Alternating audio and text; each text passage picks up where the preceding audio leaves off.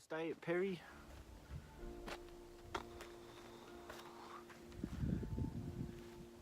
So we're pretty much just unpacking at the moment. We're only here really for the one day. We came up on Friday night. We're going to be working all today, which is Saturday, and then in the morning we'll head home. There's bull camp. I'm going to test this out with a fire. She's fallen down a bit. Ah, fuck. Alright, well we'll just yank all this wood and we'll just pile it onto him, I guess. Oh, look at that! That was pitch black when I got it. The colours faded beautifully on it. What you got there? White pit's kicking. Good shit, boys and girls, good shit. Posts up.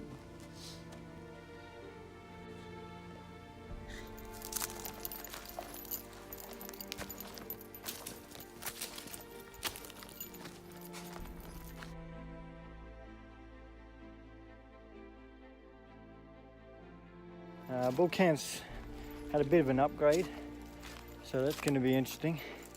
Having our first dinner there. Yeah, just have a couple of drinks, get to bed, and wake up in the morning and get the hell up out of town. God damn, there's a lot of walking involved at Perry though. So we're going to get Mariah now. She took a train all the way back.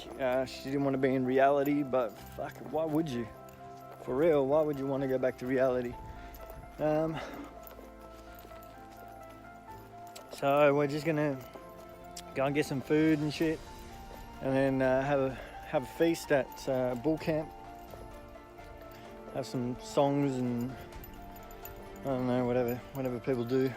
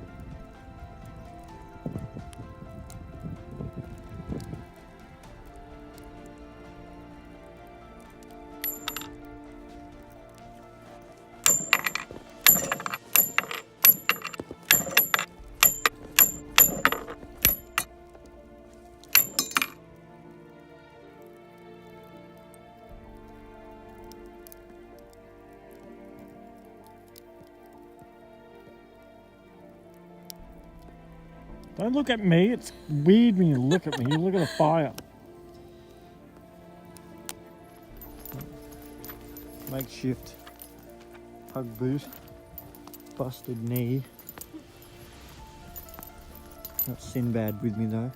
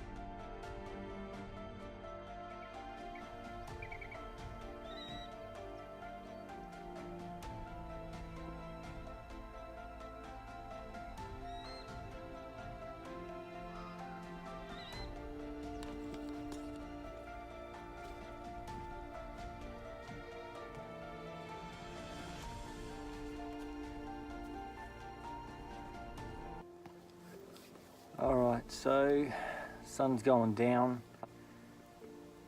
One day of Perry is not enough. If we put on events in the future and you can only make it for one day, it's gonna suck. Not the event will be awesome, but you will hate the fact that you have to leave. We've only done a little bit of building over at the Seers Hut, a little bit of camp reorganisation here at Bull Camp, and having to go home tomorrow is devastating. I can't wait to get home to see my wife and child, but if I could live here and just do this forever, I would. The site is amazing. The landscape is completely different to what I'm used to with other Larps. I just keep thinking I have to go home tomorrow and it sucks. I've just been sitting down here at Bull Camp for 15 minutes, started the fire, rearranged some things, got the coins table going, and I feel like it sounds stupid, but I could live here. 100%. I want to just set up a swag, and then I can just jump into town to get food. But it's just a completely different feel out here. It's free. I haven't had to think once about anything that's going on in the real world, and that's why I do this. So Perry in the future it's going to be the closest thing you can get to heaven if you're a Larper. And the amount of work that we're going to be putting in on this spot, watch this space. This is going to be something special. Hi, my name's Nick. Real life, I work for Telstra.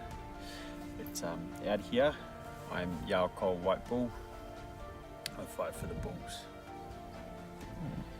What do you think of the site so far? Huge. It's really big. It is. No two spots are ever the same, and there's a ton of opportunity to build up some pretty awesome stuff. And what have you seen so far on site, build-wise? We got the little bull shack here. There's a fight pit getting done down there. It's don't have like an old dam or something. The pikes all around it. And there's Goat Castle up in the hills. What would you like to see on site? People. Lots of people, lots of camps. Everybody making the use. Like I said, every spot here is completely different. So just want to see everybody making the best of it and what that brings. Yeah, it'd be sick when it's all finished.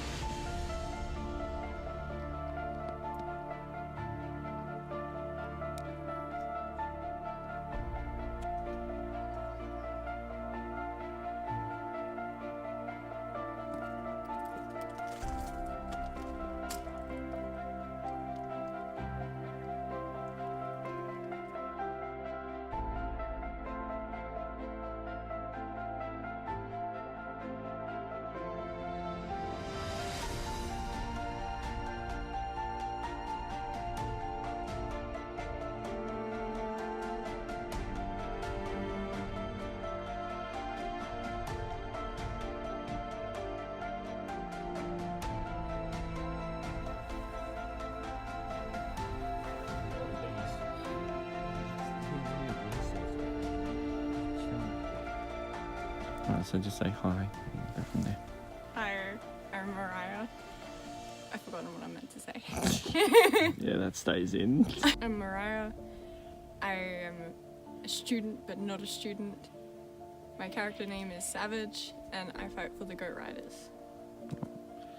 So you got to try the playtest the last few days.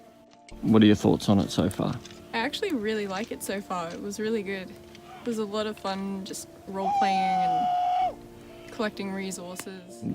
Do you feel like the rule set's fleshed out at this stage, or do you think there's still work to be I done? think there's still a bit of work to be done on them, but I think it's so far pretty good. And what do you think of the site so far for your character? Is it an advantage or disadvantage? For me, I think it's a bit of an advantage, because I Like going up into really high places, so like stuff like the mountains and the hills and stuff really help for like stalking and hunting and stuff.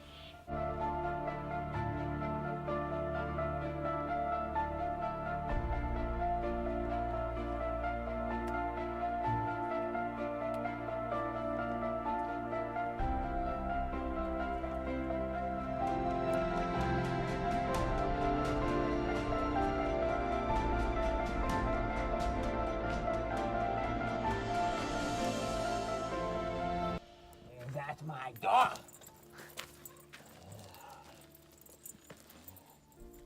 You, come interview. Yes, yes. Come this way.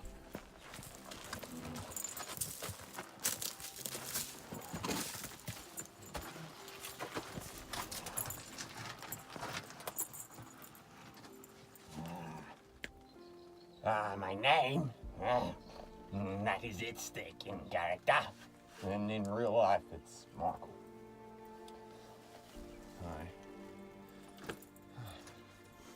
Hi. Me, I'm an elastomeric technician essentially, and artist. I do lots of sculpture, just making things. Obviously not this one. This is made by a fantastic friend. But yeah, so, and now apparently out of all the 7 businesses that I'm basically trying to bankroll and start, we're looking at making a Larp up here. So what's the storyline and why are we here at Periphery? Okay, so Periphery is a portal world. It's kind of like an extra dimensional space out on the fringes of planar realms, and essentially if your world or your lore that your characters or warbands come from is a magical high fantasy world, a portal could open up there and you can take that portal to Periphery. You can't bring much through to Periphery on your own, but you can't go from Periphery to any other world, so you can only go back to your own world or do a bit of resource gathering and build and make a world for yourself here. What are the main things about Periphery that you think sets it apart? It's very secluded. There's no vehicle traffic, there's no signs around. It's so immersive in the Australian bush that it is that like no one will hear you for ages. So when do you think the next alpha test will be, and how can someone get an invite? The alpha test, we're still keeping it very closed and in-house, so we don't actually want to get a lot of people's hopes up. We want to test our rule set as privately as possible, make sure everything's good, and then we can essentially release it out. So the next alpha will probably be around September, October. We'll do a couple of 3-day hours because Periphery will normally run once every 2 months, and we'll try and aim it for a long weekend or a weekend with a full moon, so there's maximum visibility at night. But in those once every 2 month events, 3-day events, we'll be doing like working bees up here to continue bettering the site and making it more accessible and adding to the immersion levels of it. But then the next alpha will be like I said, September, October, and that'll be hopefully about maybe 20 to 30 people doing an in-house test, so all under an NDA. And then autumn next year, we're looking at doing the first beta. That we will probably open up. We'll probably put it out there on Larp Australia. All those that potentially want to participate and come, like we'll give enough information, like the rough location, the time and date, so people can work out their annual leave, and then yeah, essentially we'll just run a beta after we check off who we want or who we feel would better be viable people to test. So we'll be looking at things like really good kit, good RPers, people that bring essentially a strong, valid opinion to it and good feedback. Those that are active in the community and really want to participate and potentially see this Larp grow, because we're crazy excited for it. And what sort of characters and armies do you think will flourish in this sort of environment? Well, it's a high fantasy. We do kind of have that similar 1600s soft cap or hard cap to like most other LARPs out there than medieval and high fantasy. But we want creatures and orcs and skavens and lizard man. Like, we're not saying like Warhammer world, but and like dark elves or night elves and just anything that really adds to the terrain. Like, we're not saying we're not gonna have like Templars and like people that are very history accurate, but like I can't wait to see all those really cool kits. Like, so it'll be really good to have everything with, you know, like just prettied up and so immersive that when people come here, they're just like, they're able to forget their reality, like their strings that tie them to home, that they feel like they're in a completely different world.